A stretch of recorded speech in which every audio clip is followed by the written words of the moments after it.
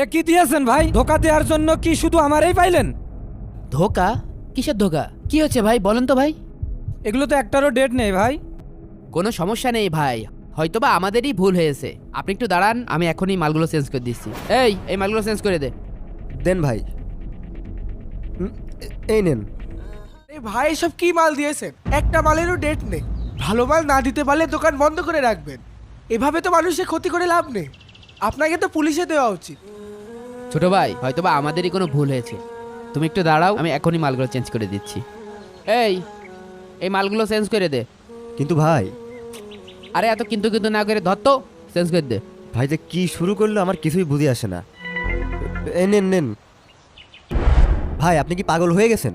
ওরা সবগুলা খারাপ মাল দিয়ে আপনাকে মিথ্যা কথা বলে ভালো মালগুলা নিয়ে যাচ্ছে। আপনি বুঝতেও পারছেন না দোকানে তো সব খারাপ মালে ভরে গেছে। এভাবে চললে তো আমাদের দোকান বন্ধ করে দেওয়া লাগবে।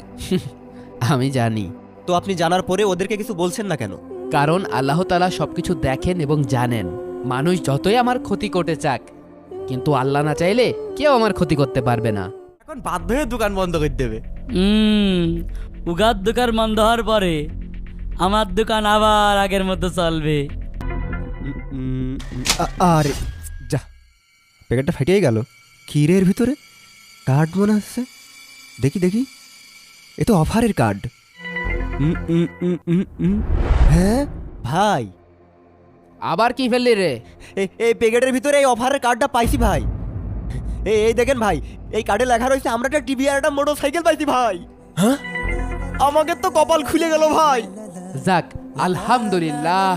দেন ভাই, মাল চেঞ্জ করো। না ভাই, আমার মাল চেঞ্জ করবো না। হ্যাঁ, রাসূলুল্লাহ সাল্লাল্লাহু আলাইহি ওয়াসাল্লাম বলেছেন, তোমরা পরস্পরকে হিংসা করো না, শত্রুতা করো না, একজন অপরজনের সঙ্গে সম্পর্ক ছিন্ন করো না।